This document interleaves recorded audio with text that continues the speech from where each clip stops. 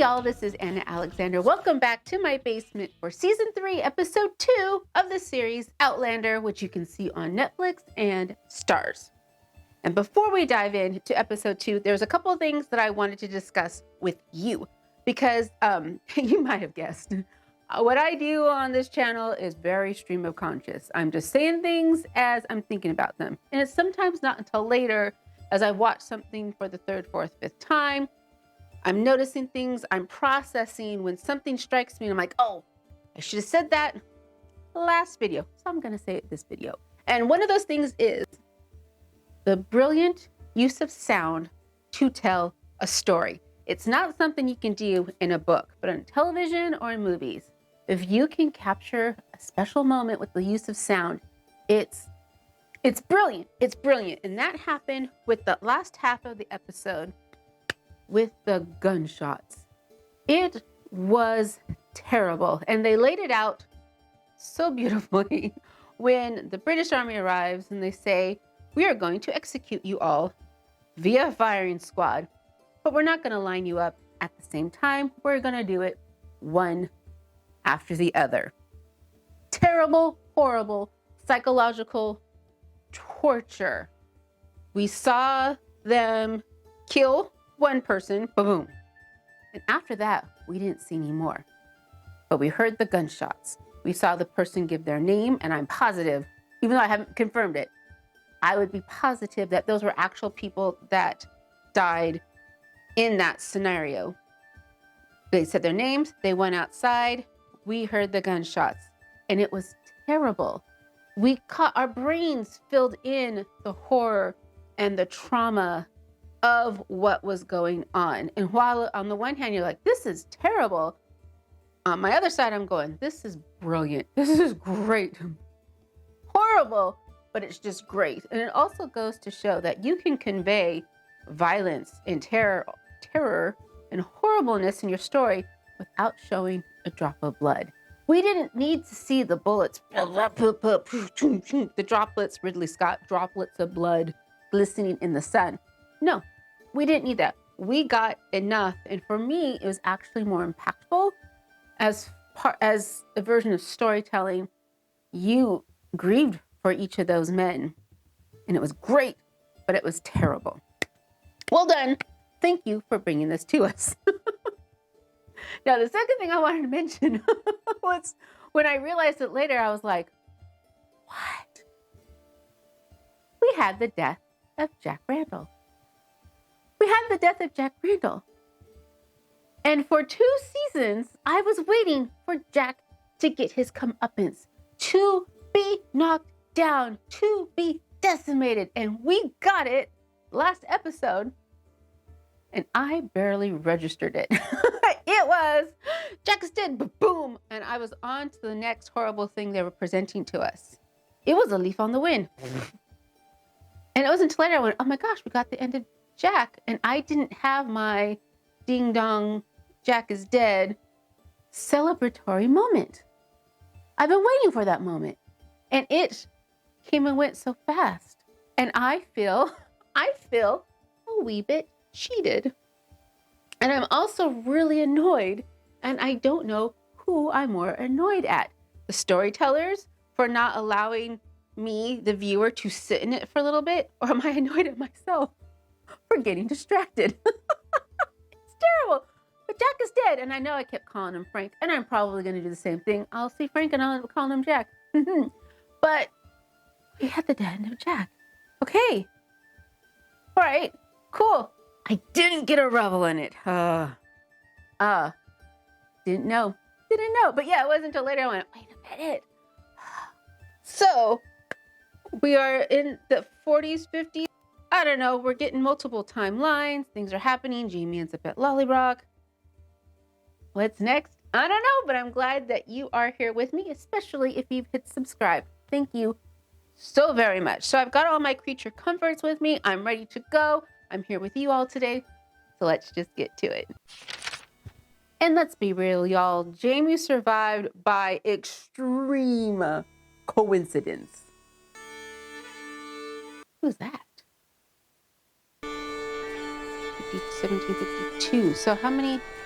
5, 6 years after Culloden? I can't remember. No, you're too young. And you don't know how it works. You don't either. I've been to war. I was at Preston Pans. I killed a filthy redcoat officer. I only wish me Lord didn't send me home. I could have fought at Culloden too. And died. Why are they taking me in? I have it on good authority that the notorious traitor known as Red Jamie is in concealment nearabouts. Ooh. He's an outlaw that wears a brown hat to cover his distinctive red hair. Oh my gosh, Jenny's pregnant again. We've not seen nor heard from Jamie Fraser since he left to fight in the rebellion 6 years ago. There is a substantial reward for information leading to the capture of Red Jamie. So if you know of his whereabouts, you would be wise to turn him over now. We all know that reward is death. Arrest Mr. Murray. Perhaps some time in the garrison cells will help him change his mind. The Scot in the redcoats. You're the traitor. Ooh, Fergus. He'll be fine, mistress. Courts released him each time they've seen fit to take him. There's no reason to think this time's any different. Has he become a Yeti? Yes.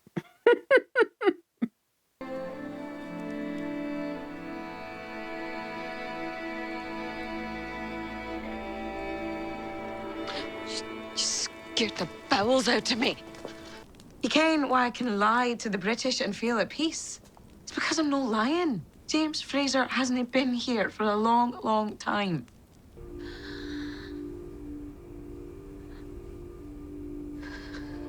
Well, we know she's not thinking about Frank. Okay.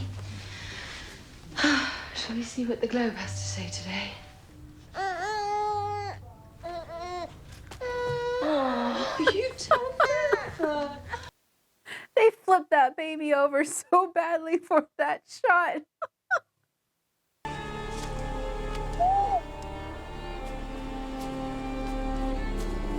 Ah, Fergus. What are you doing? You're gonna be followed. I was careful. Wasn't followed. Get back on myself. Just like you taught me. I want to learn to shoot, me lord. Ooh. Ooh. Ooh. Just because you're a coward now doesn't mean I am. Weapons are outlawed. Put it back where we found it. I think in Jamie's hands, anything could be a weapon. He's become a little Schmeagol Gollum, isn't he? Where's my sister? The bairn had a mind to come early. We'll soon have a new niece or nephew. Who's helping Jenny? Who's helping Jenny? And what happened to their little girl? Where's the little girl? A raven! My granny says that ravens are messengers of death. Oh, no. Can't be near the house. The bairn will die. Don't get the gun. Don't get the gun. It'll draw attention. Hand me the cloth. Kids and guns, we know this is going to go badly. I think killing a raven is just as bad luck as having one around.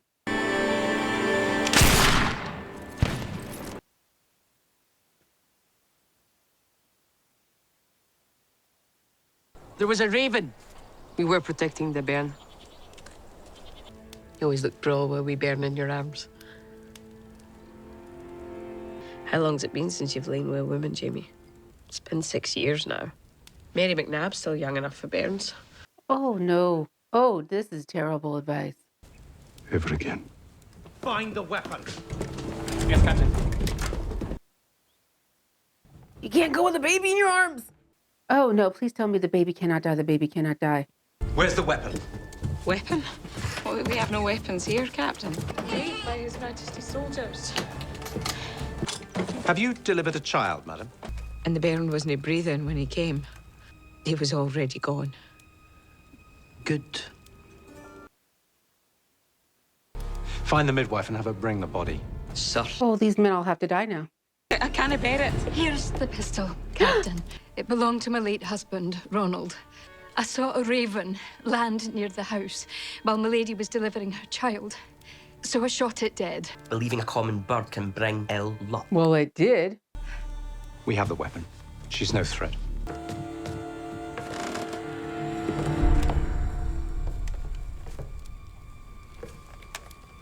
corporal, if you please. Maybe they're still in the house. What is it? I miss my husband. Which one? You know you were thinking it.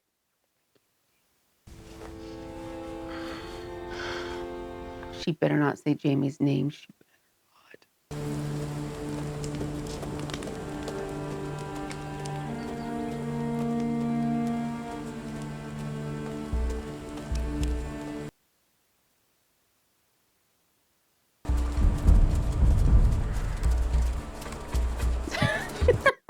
Right behind him. Like, The brat is leading us in circles. I knew you were following me. You can't trick me, you imbeciles. You morons! Don't taunt them. No, back here, you filthy urchin! Run, you fool. he's gonna trip and fall. Can you answer me? Hold him down! He's just a lad.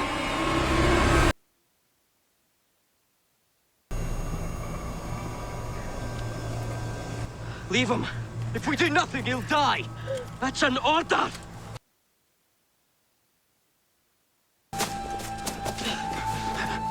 That's not enough. That's not sufficient.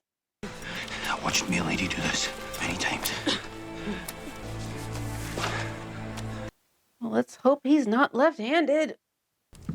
Your quick action saved him, brother. I should have stopped them. Then you'd be dead. And so would he. We'd all be dead.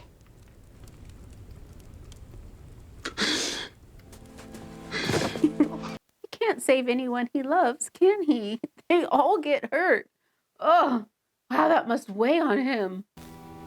Does it hurt much? I would think it hurt tremendously. Sometimes it feels warm, or scratchy. Or hurts like it's still there. Probably infection. Do you recall the agreement we made in Paris when you hired me to steal letters for you? And should I lose an ear or a hand while doing your service? But I would support you for the rest of your life. You can trust me to keep that bargain. I think I'm most lucky. In one stroke, I have become a man of leisure, no?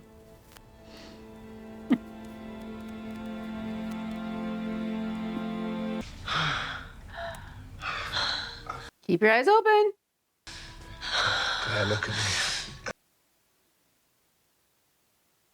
You never used to close your eyes when we did that. It doesn't mean anything. Claire, when I'm with you, I'm with you. But you're with him. Mm-hmm. My leg. It's not there. And yet, it pains me terrible sometimes. Feeling a pain in a part of you that's lost. And that's just a hand. Well, that ain't a metaphor. Thank you, Ian. Claire was your heart. Who did this? The soldiers, when they were searching the house. Which time? Turn in my own brother. That way you'll get the reward money. And I'll not come after you. I think they'll still kill them. The British are no hanging Jacobites anymore. It's likely he'll only be imprisoned. Likely. Likely. A shave. Why a shave? And a haircut. What's up with the grooming? Thank you for the barbering. It was no bother. Stay out of sight. I'm gonna wash up in the river. Whose idea was this? Did you think I'd change my mind? Does it matter? Doesn't matter because it's not going to happen. He's only been with Claire. You know what I mean. It's not in my mind to make you feel you've betrayed that. What I want is to share something different. Something less mayhap, Way less. but something we both need. Something to keep us whole. Is that line gonna work on you? That line worked on him. can look at me if you like. It's just something I always do.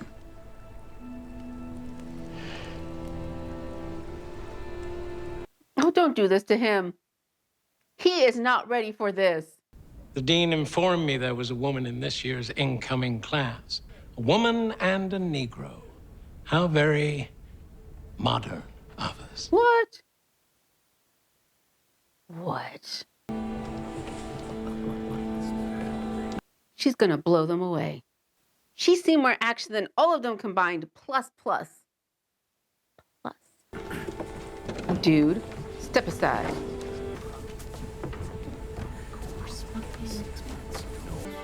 Joe Abernathy. Claire Randall. Pleased to meet you. Pleased to meet you. Good night. Good night.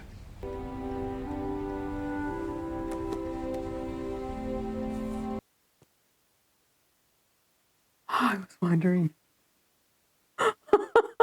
Oh, whoa. Oh, Pumpkin. Jenny. Oh, Pumpkin. I'll come home. Are they gonna shoot him? How could you? This is your own fault. You brought this on yourself. You gave me no choice, brother. And I'll never forgive you. Never. Oh, I believe that.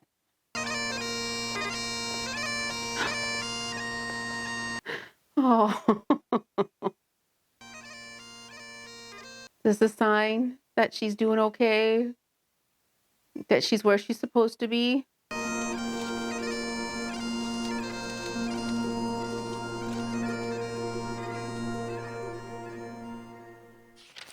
So apparently this is the episode where they use sex to show our main characters attempting to move on with their current realities.